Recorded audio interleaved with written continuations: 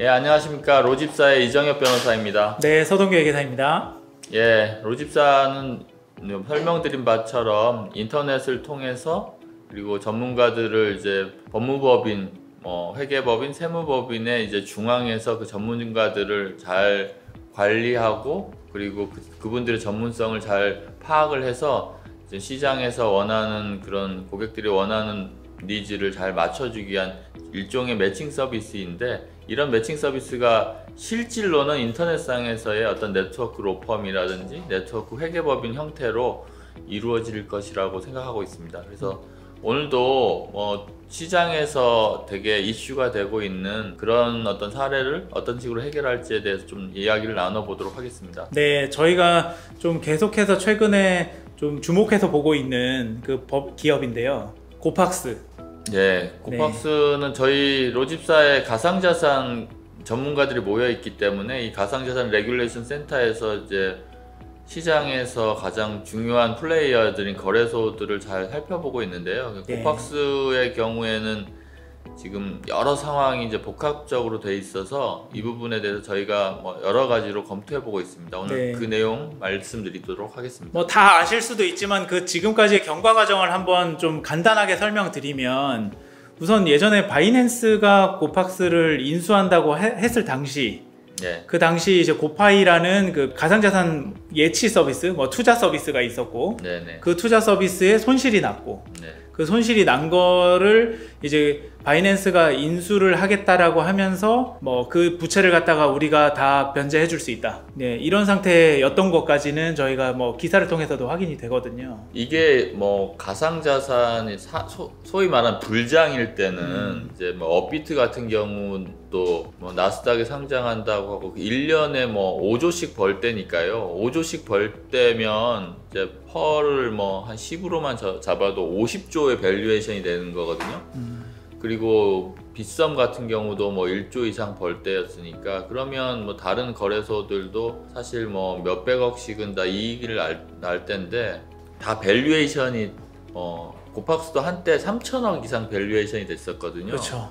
그렇기 때문에 바이낸스가 이제 일종의 고파이 채무만 전부 인수해주면 약 그 당시 가격으로 한 800억 수준의 고팍스를 인수한 것이 됐는데, 지금 되게 배어장이 왔기 때문에 지금 이 배어장을 잘 넘길 수 있는지가 사실 의문인 상황입니다. 그렇죠. 그래서 지금 피해자분들께서는 바이낸스가 아직 잘 우리의 투자 손실을 메꿔주겠지, 이런 기대를 또 하시는 부분도 있는 것 같은데요. 예, 바이낸스는 지금 전 세계적으로 사실 위기에 처해 있는데, 첫 번째 본점도 없고 지배구조가 불명확하고, 그럼에도 불구하고 인터넷으로 허가받지 않은 다양한 서비스를 제공을 했습니다. 근데 시장에서 용인해 줄 수 있는 여러 가지를 넘어서 사실 피해자들이 너무 많이 생기고 있기 때문에 이 배어장이 오면서 잘 될 때는 별 문제가 없었는데, 그래서 이렇게 문제가 생기게 되니까 SEC에서 바이낸스를 상대로 여러 가지 이제 고소를 했고, CFTC도 마찬가지로 무허가로 파생상품을 팔았다는 이유로 또 장펑자와 바이낸스를 고소한 상황이고, 유럽도 마찬가지고요. 한국에서도 가상자산 사업자 신고를 안 하고 영업하고 있다는 이유로 이제 어떤 제재를 가했는데, 아직 한국어 서비스만 안 하고 있는 상황, 그 정도라고 보입니다. 그래서 최근에 기사를 보니까 그래서인지 바이낸스도 구조조정에 들어갔다, 이런 이야기들이 좀 나오더라고요. 바이낸스가 없어질 수도 있다라는 그런 생각을 가진 크립토에서 오래 투자하신 분들도 많이 있고요.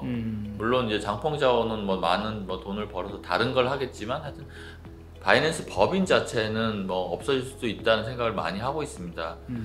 그리고 한국에서 지금 고팍스에 투자한 이후로 주식을 이제 인수를 한 것으로 알고 있는데, 아직 계속해서 그 대주주가 원래 보통 기업 같은 경우는 이사를 다 교체하고 대표이사도 바꿀 수 있지 않습니까? 그렇죠. 근데 그런 이사 변경을 승인을 그 특근법에 의해서 승인을 받아야 되는데 지금 변경 신고 승인이 안 이루어지고 있죠. 네, 그래서 그 승인이 안 난 거에 대해서 또 일부 피해자들 뭐 법적인 또 뭐 그런 조치를 취한 것도 기사로 또 나오긴 하더라고요. 예, 처음 어떤 모 변호사님이 단독으로 뭐 금융위원장, 뭐 금감원장, 뭐 FI 원장 등을 뭐 직무유기로 고소한 사건이 있는데요. 사실 우리나라가 그래도 좋은 나라라는 생각이 듭니다. 그렇게 고소해도 되는 나라인데요.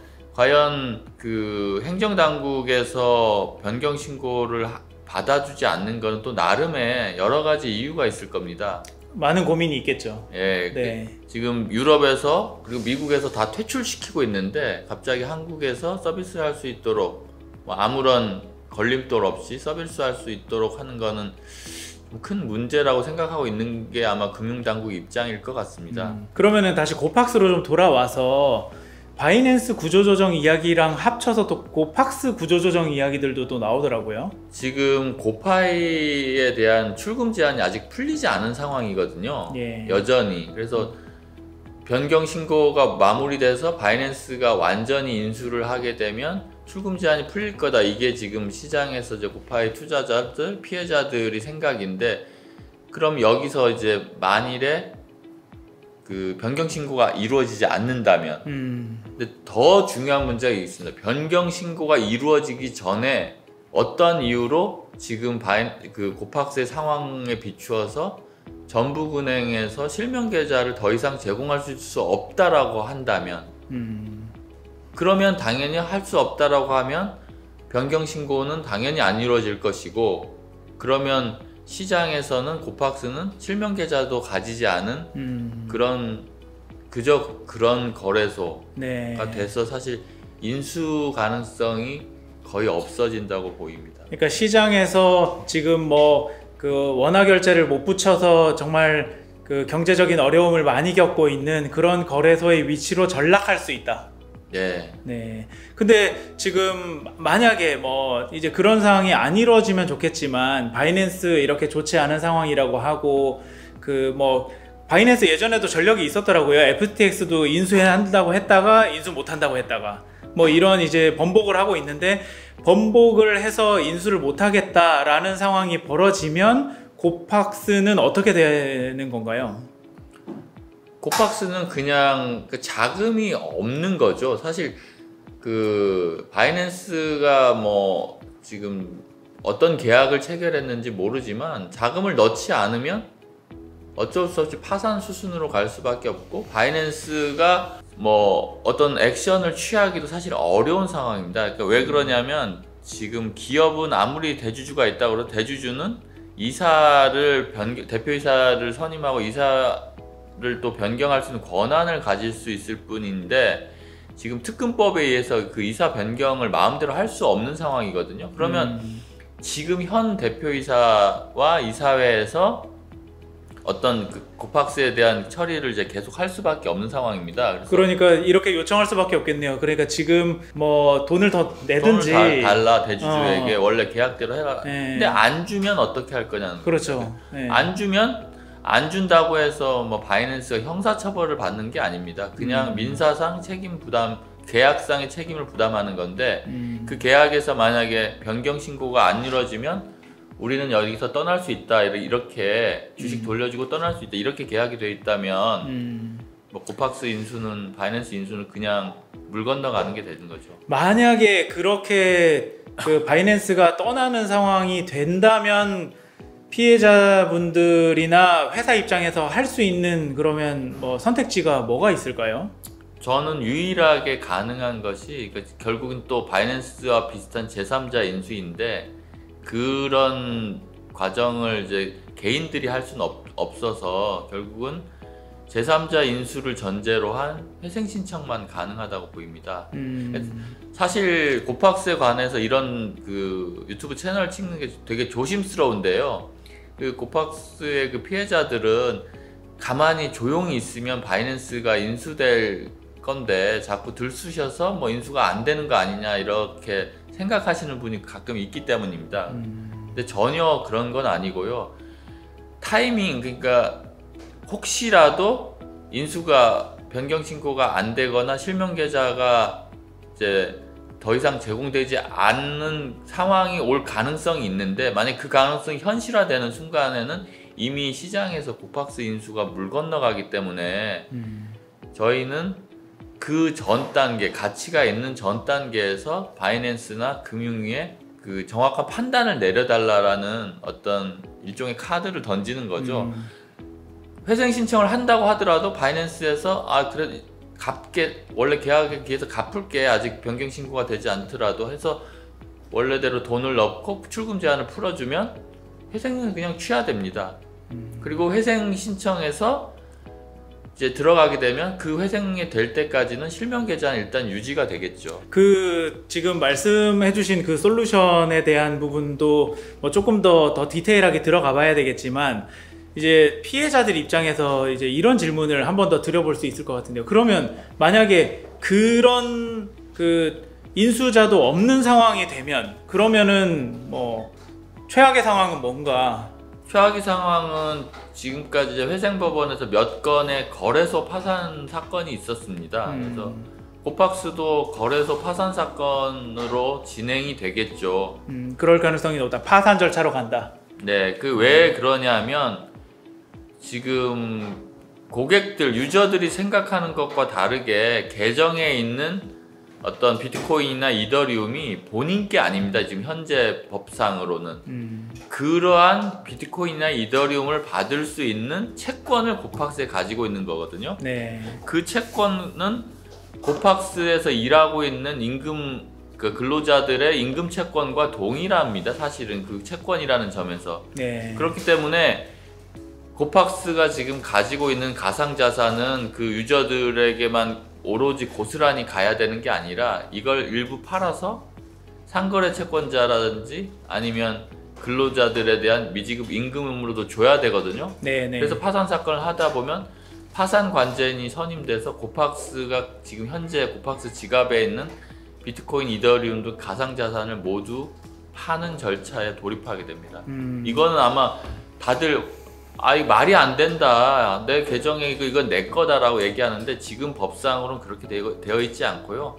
향후에 그 법이 개정되면서 고객 재산은 완전히 별도로 신탁돼야 된다라는 이제 법률 규정이 있는 경우에만 이제 본인의 자산이 될 수 있는데, 그걸 이제 법률상 용어로는 환취권이라고 합니다. 예. 그래서 계정에 그렇게 있다고 하더라도 그 재산에 대해서는 고객 소유라는 점이 법률상, 계약상 명확하게 되어야만 이제 그렇게 되는 것이고, 지금 상태에서는 고팍스에 예치한 분들도 채권자가 될 수 있다. 지금 말하고 나니까 네. 이제 갑자기 더 무서운 생각이 들어서 네. 이 부분에 대해서는 조금 더 이제 저희가 검토를 해보고, 모든 위험이 있죠. 업비트도 마찬가지고요. 업비트도 만약에 뭐 문제가 생겼을 경우에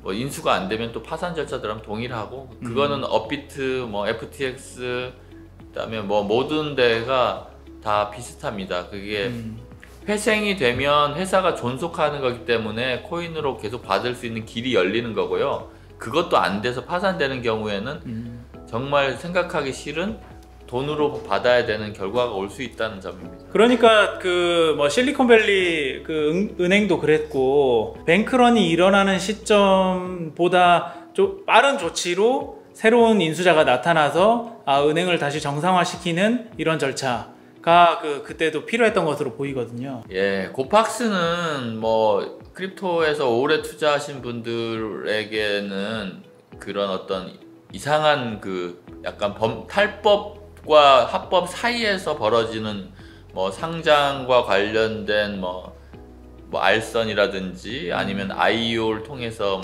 마케팅 비용이라는 걸 통해서 뭐 상장시키는 대가를 몰래 취득한다든지 아니면 MM한 회사들이나 그런 팀하고 연결해가지고 뭐 거래 물량을 늘리고 거기서 이득을 취하고, 이런 행위들을 가장 안 한 거래소라고 알려져 있습니다. 그래서 신뢰가 있고요. 그리고 그런 신뢰 때문에 그 사이즈에도 불구하고 그 실명 계좌까지 지금 받은 상황이고, 모든 가상자산 사업을 할 수 있는 모든 라이센스를 가지고 있습니다. 네. 그리고 그러니까 아까 그런 최악의 상황을 피하기 위한 뭐 바이낸스가 인수되면 제일 좋겠지만 그렇지 못했을 때의 플랜 B로 네. 뭐 이 회사의 가치를 어느 정도 인정받아서라도 M&A라는 이런 방법을 취하는 것이 좋다. 네. 그것도 골든타임이 있다. 골든타임이 있기 때문에 저희가 어느 정도 일부 피해자들 가만히 있어라라는 뭐 댓글에도 불구하고 얘기를 하는 거요. 네. 하고요. 왜냐하면 알 수 없는 이유로 피해자들과 생각 없이 갑자기 전북은행에서 더 이상은 안 되겠다. 지금 사실 고팍스에 자금이 없어서 고팍스에 대해서 지금 구조조정이 일어나고 있는데요. 그건 바이낸스에서 돈이 안 들어왔기 때문이거든요. 네. 지금 그렇게 거래도 없고 구조조정이 일어난다는 이유로 실명 계좌를 더 이상 새로운 유저들에게 좀 투자자 보호를 위해서 실명 계좌를 열어주지 않겠다라고 하는 순간 모든 게 물 건너가는 거거든요. 그거에 대해서는 생각하기 싫겠지만 그거에 대한 플랜을 생각하셔야 되고 그리고 바이낸스가 아니더라도 이제 제3자 인수를 할 수 있는 그 가능성이 여전히 남아 있고 그리고 그 인수 과정에서는 단순히 돈뿐만 아니라 다양한 형태로 뭐 향후에 미래 기업의 주식을 좀 받는 형식으로도 가능하기 때문에 고민을 해보아야 된다고 생각을 하고 있습니다. 이런 거를 원래는 그 고팍스의 뭐 주요 임직원들 또는 뭐 대표이사하고만 상의하면 되는 거 아니냐? 왜 이렇게 뭐 피해자분들이나 뭐 이런 분들한테도 알아야 되느냐? 이렇게 또 뭐 생각할 수도 있으실 것 같은데요. 예. 회생 절차에 들어가면 결국은 이제 채권자가 주주보다 우위에 서게 되거든요. 그래서 가장 채권자의 의사가 중요하기 때문에 채권자들이 뭐 제3자 인수 아니고 계속 바이낸스 기다리겠다라고 판단해서 그 계획안을 제3자로 바이낸스가 아닌 제3자로 인수하는 계획안을 동의할 수 없다라고 하면 회생은 통과되지 않습니다. 근데 뭐 저희가 뭐 무턱대고 그 절차를 진행할 것은 아니고 바이낸스가 인수하지 못하는 그런 상황에 염두에 두고 그런 상황이 될 가능성이 높을 때에 이 절차가 결국 진행되는 거 아니겠습니까? 예, 저는 이제 항상 이제 플랜 B라고 말씀드렸고요. 그런 상황을 계속 지켜보다가 네. 만약에 이제 바이낸스가 더 이상 여기에 어떤 자금을 할 수 없다. 그래서 계약상의 책임만을 어떤 계약서 내용을 봐서 추궁할 수 있는 상황이 된다면 계약상 책임 추궁은 별도로 하고 실명 계좌라든지 모든 라이센스가 잘 보존된 상황에서 다른 바이낸스보다는 다른 사람에 대한 인수를 정말 빠르게 진행해야만 그 가상자산 사업자 신고 뭐 불수리 처분이나 아니면 실명 계좌를 더 이상 뭐 해줄 수 없다라는 그런 것을 막을 수 있기 때문입니다. 그러면은 그 플랜 B를 본격적으로 검토해야 되는 시기는 언제라고 보십니까? 저는 뭐 지금이라고 생각하기 때문에 뭐 이 채널을 찍는 거고요. 네. 그거는 뭐 여러 가지 채널로 바이낸스의 뭐 내부 상황이나 이런 걸 얘기를 듣고 있지만 그거 이제 공식적인 입장은 아닙니다. 그래서 공식적인 입장은 항상 엄청 늦거든요. 그렇죠. 뭐 공식 입장이 나오고 나면 이미 모든 게 결정되어 있는 상황이죠. 그렇죠. 손 쓸 수 없는 상황. 그리고 그 아까 말씀하셨던 최악의 상황. 그 고팍스가 뭐 이제 더 이상 손 쓸 수 없는 이런 상황이 되면 안 되니까. 네, 맞습니다. 그래서 그 인터넷 검색 서비스하고 가상자산 거래소도 많이 저는 비교를 해보거든요. 둘 다 네트워크 기업이라는 측면에 동일한데 인터넷 초기에 수많은 검색 서비스, 뭐 엠파스라고 뭐 아주 이제 오래되신 분은 엠파스, 라이코스, 뭐 프리첼 또 뭐 여러 가지 검색과 관련된 서비스 네이버, 다음 이런 어떤 소위 춘추전국 시대를 거쳤는데 결국은 지금 한국은 네이버, 구글 이렇게 양분돼 있거든요. 결국 다음도 못 버텼지 않습니까? 그게 이제 네트워크 기업이 이제 그런 겁니다. 결국은 네트워크가 단일화돼야만 사실은 그 네트워크의 가치가 커지게 되는 거거든요. 그래서 가상자산 거래소도 이 거래소 저 거래소 여러 개가 계속해서 같이 있을 이유가 없습니다. 왜냐하면 매수자 매도자들이 흩어져 있기 때문에 그러면 시장 유동성이 흩어져 있어서 좋을 게 없거든요. 그래서 검색 서비스처럼 시장 거대한 가상자산 교환 시장은 한두 개로 재편될 텐데 그럼 재편 과정에서 이제 경쟁을 하는 거는 당연한 일이고 고팍스나 지금 판비코나 뭐 또 뭐가 있죠? 프로비트? 그렇죠. 그리고 뭐 캐셔리스트, 네. 뭐 코인원, 코빗, 그러니까 업비트 외에 모든 사실 빗썸도 이제 마찬가지인데 모든 기업들은 합종 연행을 통해서 새롭게 도전할 수 있는 길을 찾아야 되고요. 업비트는 업비트대로 지금 너무 많은 그러니까 점유율이 뭐 90%에 육박한다고 하니까 예, 그거는 이제 법률적으로는 공정거래법상 너무 큰 아마 이슈에 이제 직면하게 될 것이라고 보여서 그 두나무 측에서도 자기들이 가져갈 것은 한 70%인데 파이 자체가 커지길 바라는 거거든요. 그렇죠. 그래서 그 고팍스와 관련된 이런 데들에 대한 아마 인수합병은 좀 그 금융 당국에서도 적극적으로 생각하고 있을 거라 생각합니다. 그러니까 바이낸스가 아닌 신뢰성 있는 좀 기관이 있다면 뭐 검토해 볼 가능성도 있을 것이다. 네, 맞습니다. 그래서 저희 고파이를 투자했건 혹은 피해자들의 저희가 운영하는 채팅방이 한 30분 정도 있는데요. 본인들이 과연 어떻게 상황 인식을 하고 있는지 거기에 이제 들어오셔서 뭐 어떻게 해야 되는지 뭐 개인톡이나 개인 채널로 혹은 전화로 주시면 저희가 상황 이 채널에서 다 하지 못한 이야기들을 자세히 설명드리고 플랜 B 그리고 타이밍 시점에 대해서 뭐 얘기를 해드리도록 하겠습니다. 저는 하루 이틀 안에 결정이 돼야 된다고 보거든요. 네네, 그러니까 신속한 결정과 추진이 필요하다. 현재 시점이. 저는 개인적으로 불수리 결정이 나는 순간 그 바이낸스가 이제 뭐 어떤 불수리 결정이 나는 순간이 되면 손쓸 수 없는 상황이 된다. 고팍스 제3자 인수는 끝난다고 봅니다. 그러니까 불수리 결정이 나는 순간 바로 전이라든지 거의 그게 확률이 더 높은데 전북은행에서 실명 계좌를 더 이상 제공하지 않을 거고요. 제공한다고 하더라도 불수리 결정이 나오면 계속 제공할 유인이 없기 때문에 금방 또 이제 실명 계좌가 없겠죠. 그러면 고팍스는 가상자산 사업자 신고가 없는 거래소가 됩니다. 예. 그런 상황이 되면 파산으로 갈 절차의 수순이 될 가능성이 높다 보니 그 전에 손을 쓰자. 그 전에 어느 정도의 플랜 B를 준비하자.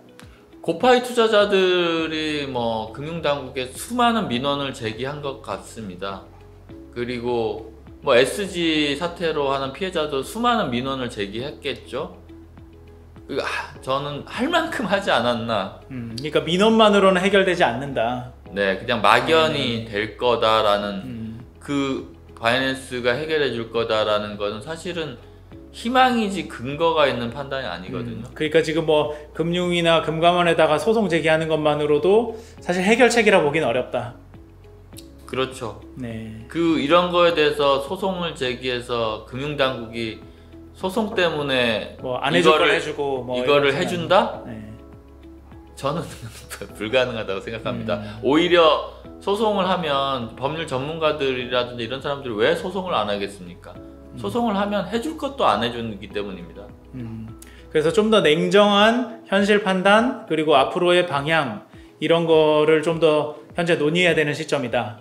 그래서 네. 저희가 좀 굉장히 무거운 얘기고 아픈 아주 얘기인데 신중한 얘기이긴 하지만 이렇게 이제 그 채권자분들 투자로 피해를 보신 분들을 위한 이제 설명을 지금 이렇게 드리고 있는 상황입니다.